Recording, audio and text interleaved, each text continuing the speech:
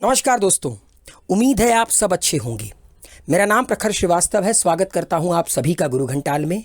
दोस्तों, आज मैं आप लोगों को एक ऐसे शख्स की जीवनी बताऊंगा जिसके बारे में हम लोगों ने सुना बहुत है। नाम हम इनका अक्सर सुनते रहते हैं। इनके कैरेक्टर को कई फिल्मों में दर्शाया गया है, मगर इनके बारे में हमें कहीं नहीं पढ़ाया जाता।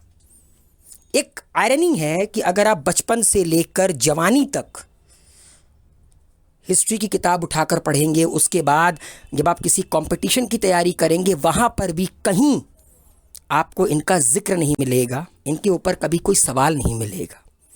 मैं बात कर रहा हूँ चंद्रशेखर आज़ाद की। और ना जाने चंद्रशेखर आज़ाद जैसे कितने क्रांतिकारी हैं जिनको इतिहास के पन्नों में गायब कर दिया गया। 1917 में रूसी क्रांति के बाद हिंदुस्तान में एक लहर आई क्रांतिकारियों की।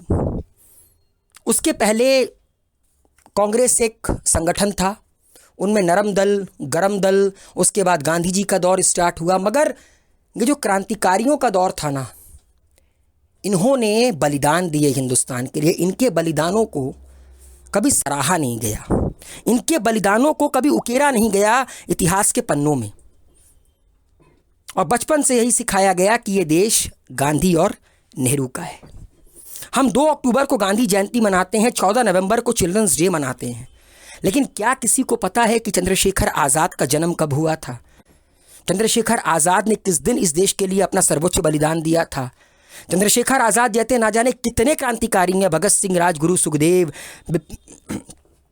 राजेंद्र लाहिरी, रोशन सिंह, राम प्रसाद बिस्मिल, अनगिनत नाम है। सुभाष चंद्र बोस जैसे इंटेलिजेंट इंसान हिंदुस्तान में ना पैदा हुए और ना पैदा होंगे। इंडियन सिविल सर्विस क्वालिफाई करना 4th rank all over India. तब इंडियन सिविल सर्विस की पढ़ाई हिंदुस्तान में नहीं होती थी, 4 साल की पढ़ाई होती थी लंदन में। 7 महीने में एग्जामिनेशन क्लियर किया था। और देश की आज़ादी के लिए सिर्फ हिंदुस्तान के अंदर नहीं, विश्व के कोने कोने में गए, हिटलर से मिले, जापान गए, सिंगापुर गए, मलय गए। लेकिन इस देश का दुर्भाग्य देखिए कि आज तक हिंदुस्तानियों को यह पता ही नहीं है कि क्या सुभाष चंद्र बोस की मृत्यु उस प्लेन हादसे में हुई थी या नहीं हुई थी। तो आज एक ऐसे ही क्रांतिकारी के बारे में बात करेंगे जो कहते थे कि दुश्मनों की गोलियों का हम सामना करेंगे, आज़ादगी रहे हैं, आज़ादगी रहेंगे। और इनका नाम है चंद्रशेखर आज़ाद।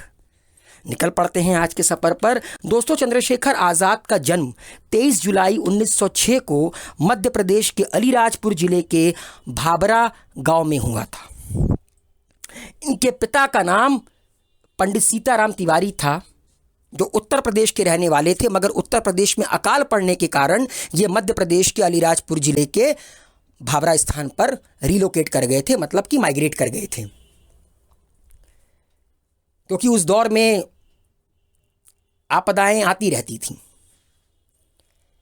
एंड दोस्तों, मध्य प्रदेश का ये जो अलीराजपुर जिला है, वहां पर ये भीलों का गढ़ कहलाता था। और पहले के ज़माने में ना मॉडर्न वेपन्स नहीं होते थे, एटम बम, गोला बारूद, कट्टा, ये सब नहीं होता था। चंद्रशेखर आज़ाद भीलों के साथ रहे, उनसे दोस्ती हुई, उनकी संगति में रहे। और बचपन में ही ये निपुण हो गए थे धनुष बाण विद्या में।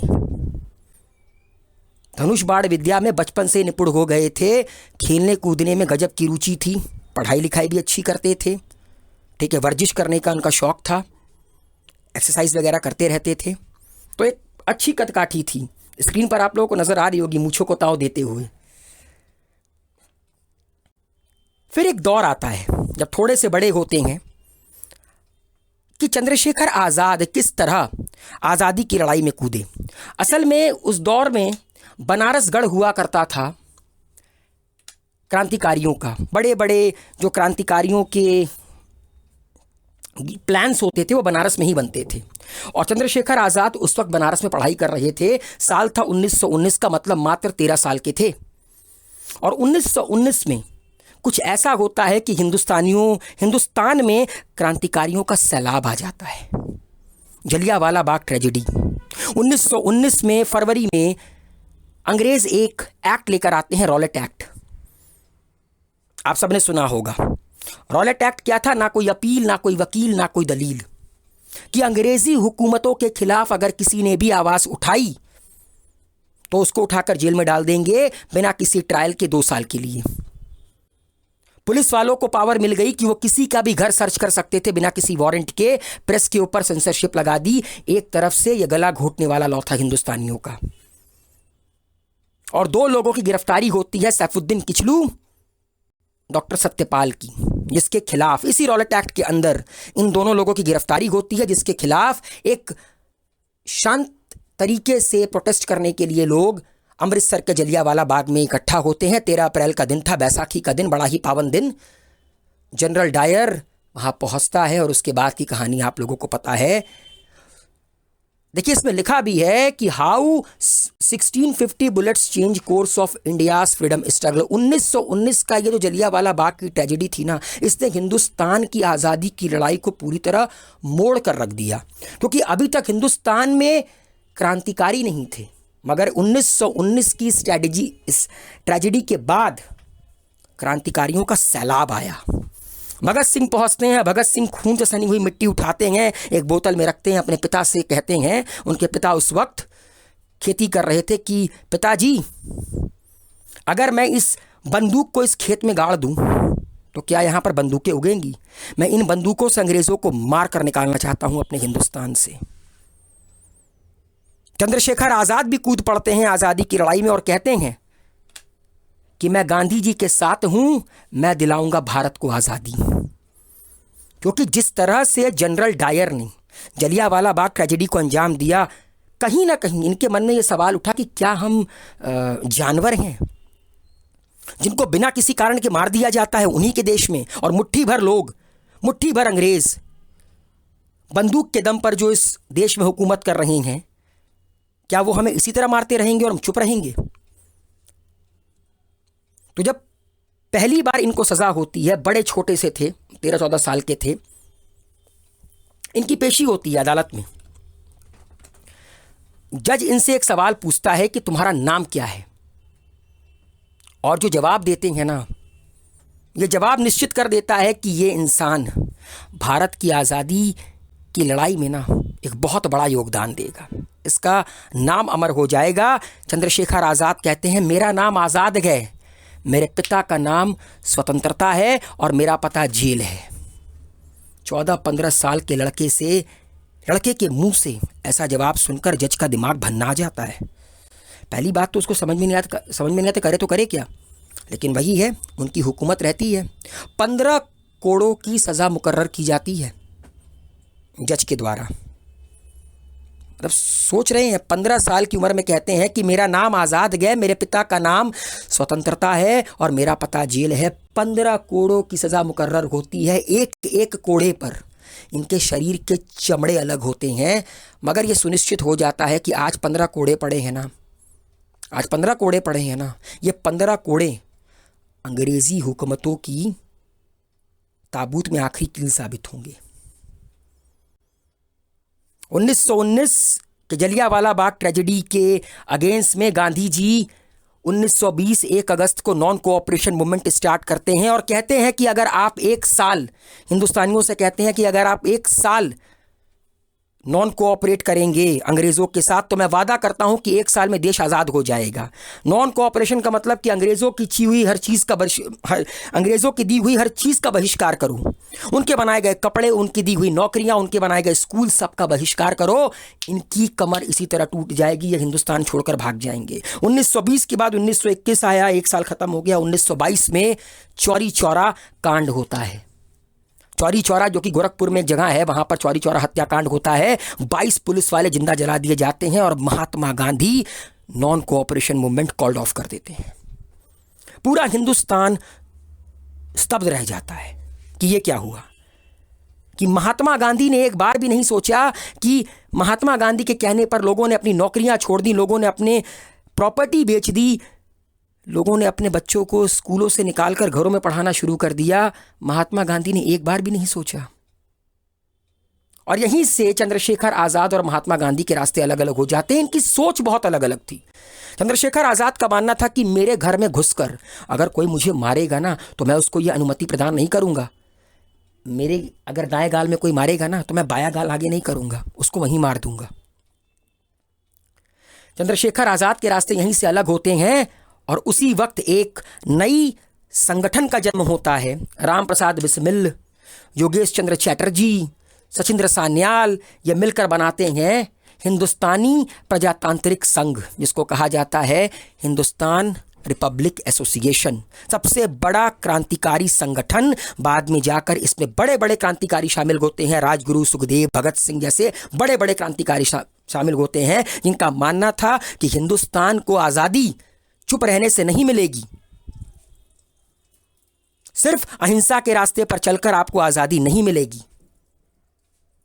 तो हिंदुस्तान उस दौर में ना दो आइडियोलॉजी में बढ़ चुका था। एक थे गांधी जी के फॉलोवर्स जो बिलीव करते थे अहिंसा परमो धर्म, और दूसरे थे ये क्रांतिकारियों के फॉलोवर जिनका मानना था कि देश को अगर आज़ाद कराना है तो इनकलाबियों को मरना पड़ेगा। भगत सिंह से जब आखिरी सवाल पूछा गया था कि अरे तुम तो इतने बड़े क्रांतिकारी थे, तुमने अपने आप को सरेंडर क्यों किया, तो भगत सिंह मुस्कुराकर कहते हैं इनकलाबी हूं, मेरा मरना ज़रूरी है, मेरे मरने के बाद इस देश पर मरने वालों का सैलाब आएगा और वही सैलाब हिंदुस्तान को आज़ाद करेगा।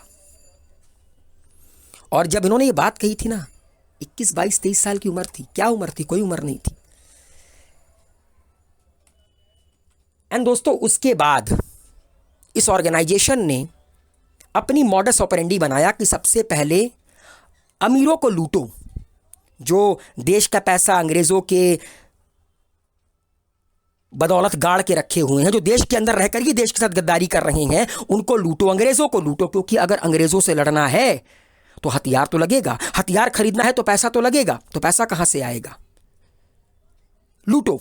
मगर एक बात चंद्रशेखर आज़ाद ने अपने संगठन के हर इंसान को कह दिया था कि जब भी लूट के अवसर मिलेंगे लूटो, मगर किसी महिला के साथ अभद्रता मत करना। एक बार एक इंसिडेंट होता है कि चंद्रशेखर आज़ाद एक गांव में जाते हैं गांव के मुखिया को लूटने, और वहां उसकी महिला उनसे अभद्रता करती है, मतलब उनको बुरा भला कहती है, उनके सामने बंदूक तान देती है, मगर वो फिर भी कुछ नहीं करते हैं, हाथ जोड़कर उसकी बातों को स्वीकार करते हैं। एक अवसर और आया जब इन्हीं के संगठन के एक इंसान ने एक महिला के साथ अभद्रता की। चंद्रशेखर आज़ाद ने बिना समय गवाए उसको वहीं गोली मार दी, वहीं गोली मार दी। उन्होंने कहा कि हमारा काम है पैसा इकट्ठा करना ताकि हम हिंदुस्तान को इस अंग्रेजी हुक्मरानों से आज़ाद करा सकें। हमारे देश के कल्चर में कभी भी लड़कियों के साथ बदतमीजी करना कहीं नहीं सिखाया गया है, तो ये नहीं होना चाहिए। और 1925 को अंग्रेज़ों की कमर तोड़ने के लिए सबसे बड़ी लूट होती है काकोरी कंस्पिरेसी। काकोरी कंस्पिरेसी में भैया अंग्रेज़ों की बखियां उगेड़ दी जाती हैं। एंड काकोरी कंस्पिरेसी में चंद्रशेखर आज़ाद की ज़िंदगी की ये सबसे बड़ी लूट रहती है। एंड इस कंस्पिरेसी के बाद अंग्रेज़ों ने धरपकड़ करना शुरू किया। इस कंस्पिरेसी में कई सारे नाम आते हैं, राम प्रसाद बिस्मिल, राजेंद्र लाहिरी, रोशन सिंह, ठीक, अशफाकुल्ला खान, कई सारे लोगों के नाम आते हैं। कई सारे लोगों को अंग्रेज़ पकड़ते हैं, कईयों को फांसी पर चढ़ा देते हैं और चंद्रशेखर आज़ाद बच निकलते हैं। बिकॉज चंद्रशेखर आज़ाद ने एक ही बात कही थी कि मैं अंग्रेज़ों की गोली से नहीं मरूंगा, मैं आज़ाद रहा हूं, मैं आज़ाद रहूंगा, अंग्रेज़ मुझे मरते दम तक पकड़ नहीं पाएंगे। उसके बाद 1929 में जब लाला लाजपत राय की हत्या होती है और भगत सिंह, राजगुरु, सुखदेव और चंद्रशेखर आज़ाद इसका बदला लेते हैं। Bhagat Singh central legislative assembly दिसंबर 1929 में जब वहाँ पर जाकर कम इंटेंसिटी का बॉम्ब फेंकते हैं, उनको गिरफ्तार किया जाता है और भगत सिंह, राजगुरु, सुखदेव को फांसी की सज़ा सुनाई जाती है। तो वहाँ पर भी चंद्रशेखर आज़ाद अपना रोल निभाते हैं। मगर एक बात मैं आप लोगों को और बताना चाहता हूँ, ये जहाँ पर भी लूटते थे एक बात हमेशा वहाँ पर एक पत्री छोड़ कर जाते थे कि इतनी रकम कर्ज के रूप में लूटी गई है जो भारत के स्वतंत्रता मिलने पर चुका दी जाएगी, कि हमने इतना पैसा तुमसे लूटा है ना, हम क्रांतिकारी हैं, हम तुमको इतना पैसा भारत के आज़ाद होने के बाद चुका देंगे। मान लो कि तुम्हारा ये जो पैसा है ये नेक काम में लगा है, ये भारत की आज़ादी में लगा है।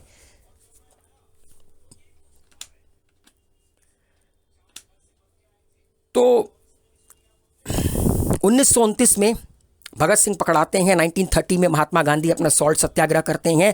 1931 में Gandhi ji Irwin pact sign होता है। गांधी जी शर्त रखते हैं इरविन के सामने, जिस शर्त को इरविन ठुकरा देता है कि भगत सिंह, राजगुरु, सुखदेव, इनकी फांसी की सजा को लाइफ इम्प्रिजनमेंट में, आजीवन कारावास में बदल दिया जाए। लॉर्ड इरविन ये मानने से इनकार कर देता है।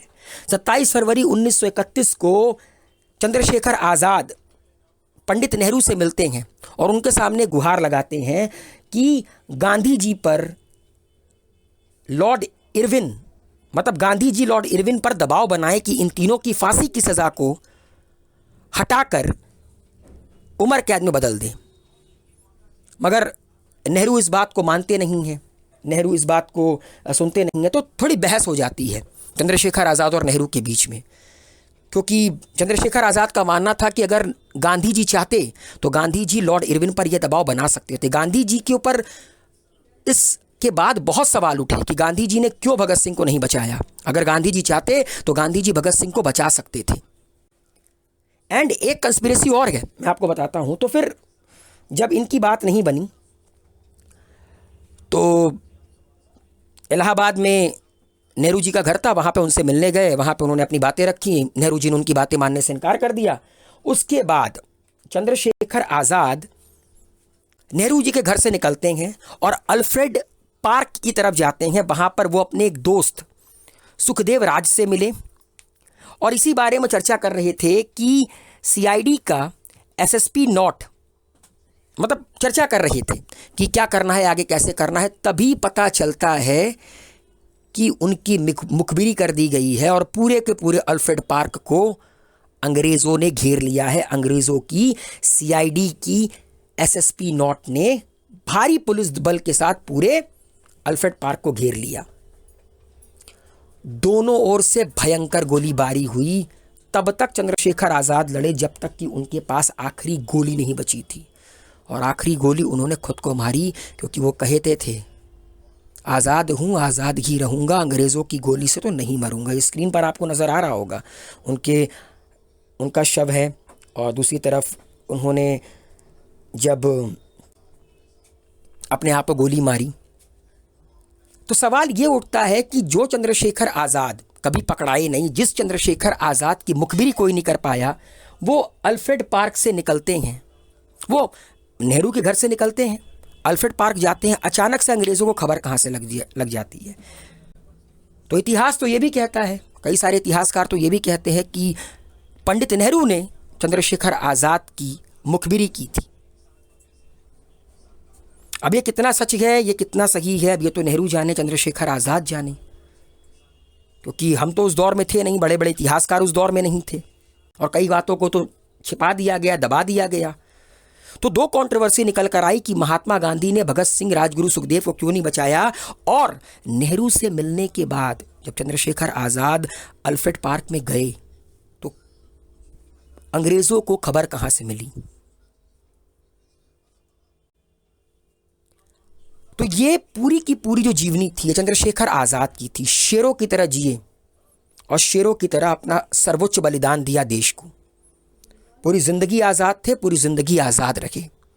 तो मैं यही कहना चाहता हूँ कि ये मुल्क गांधी और नेहरू का मुल्क सिर्फ नहीं है। मैं ये नहीं कहता हूँ कि गांधी और नेहरू ने कंट्रीब्यूट नहीं किया है, मगर चंद्रशेखर आज़ाद, भगत सिंह, सुखदेव, राजगुरु, इनका कंट्रीब्यूशन भी कम नहीं है। हंसते हंसते फांसी पे चढ़ गए, हंसते हंसते फांसी पे चढ़ गए।